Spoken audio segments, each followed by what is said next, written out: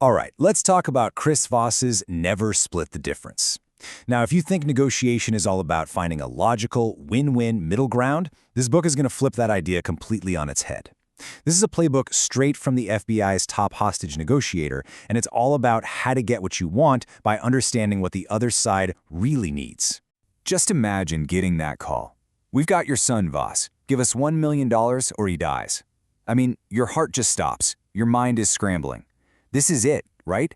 The highest stakes negotiation you can possibly imagine. But this situation is not at all what it seems. So get this. The guy on the hot seat was Chris Voss himself, but the so-called kidnappers, they were some of the top negotiation experts in the world. From Harvard Law School, they ambushed him during a class to test him. It was a classic showdown, the street-smart FBI agent versus the academic heavyweights. And this confrontation at Harvard, it wasn't just some academic exercise. It was a total clash of philosophies. You had the professors armed with decades of logic and rational theory. And then you had Voss, who brought something completely different to the table. Tactics honed in the most dangerous, high-stakes situations on the planet. So what did he do? Did he argue? Did he try to reason with them? Nope. He used a disarmingly simple tool called a calibrated question. He just looked him in the eye and asked, "How am I supposed to do that?" He wasn't accepting their reality or rejecting it. He was forcing them to deal with his. He literally made his problem their problem to solve. And the effect was just immediate. The professors, who are masters of logical debate, were totally thrown for a loop. Voss wasn't playing their game. By calmly asking, "How?" he completely changed the dynamic. It wasn't a fight anymore. It was a process of guided discovery where they felt like they were in control, even though he was leading them the whole time. And he won. So how in the world did he do it? Well, this gets us to the absolute core of the book. See, for years, the FBI, like pretty much everyone else, thought negotiation was a rational, problem-solving game. But after total disasters like the sieges at Waco and Ruby Ridge, they had a painful realization. People, especially under pressure, are anything but rational. And this slide really shows you the shift. The old way of thinking, from books like Getting to Yes, it assumes we're all logical actors. You just separate the person from the problem. But the new school, the one forged in these crises, accepts a fundamental truth. We are all irrational, emotional animals. So the focus shifts from just the problem to really truly understanding the person on the other side of the table. And this leads us to the single most important concept in the whole book: tactical empathy. Now, let's be clear. This is not about being nice or agreeing with the other person. It's about understanding their perspective so completely, their feelings, their mindset, that you can actually start to influence what they do next. Voss has this great line for it. He calls it listening as a martial art. Okay, this is where it gets super practical. Voss doesn't just give us theory. He gives us a whole toolkit of simple, powerful techniques you can literally start using today. Let's dig into a few of the best ones. The first one is so simple it's almost funny. It's called mirroring. All you do is repeat the last 1 to 3 key words the other person just said, maybe with a questioning tone. It's this little psychological hack. We are naturally drawn to what's similar, and mirroring sends a subconscious signal that says, "Hey, we're on the same page," and it just magically gets them to keep talking and reveal more. And if you think that sounds like a cute party trick, check this out. A study found that waiters who just mirrored their customers' orders saw their tips increase by 70%. 70! Compared to waiters who just used positive reinforcement like, "Great," or "No problem."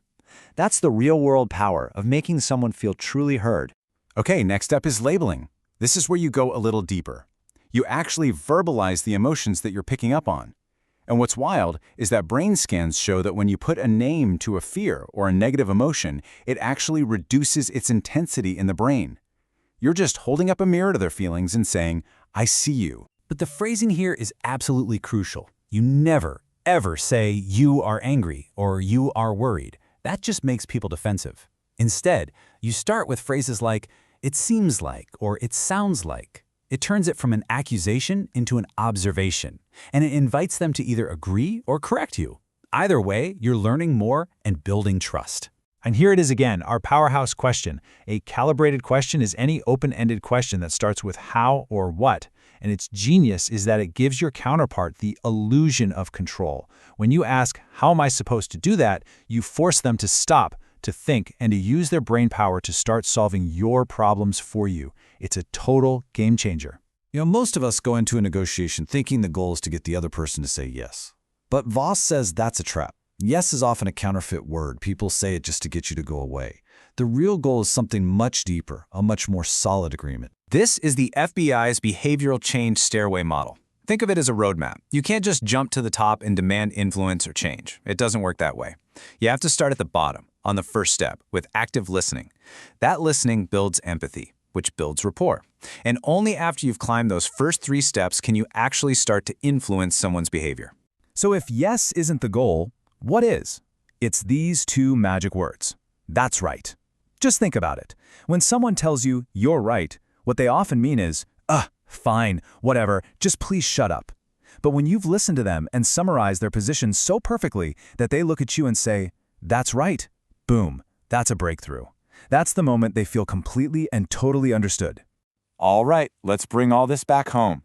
Because you might be thinking, this is great for hostage situations, but what about my life? Well, as Voss says over and over, life is negotiation. These exact tools, forged in the most extreme situations imaginable, work everywhere. So here's your quick cheat sheet. Remember that every single interaction, from your salary review to figuring out your kid's bedtime, is a negotiation. So be a mirror and repeat their last few words, label their pain by saying, it seems like. Ask how questions to get them solving your problems. And always aim for that "that's right" moment. And that's really the beauty of this whole approach. It's universal. Whether you're trying to lower your rent, get a raise, close a big deal, or just deal with a difficult family member, these techniques work because they focus on the one thing all these situations have in common: human connection. And maybe that's the biggest takeaway of all. It's a mindset shift. The person across from you is never the real problem. They're your partner. The problem is the unsolved issue between you. And if you can really internalize that, you can turn any conflict into a collaboration. So the only question is, what issue are you going to solve next?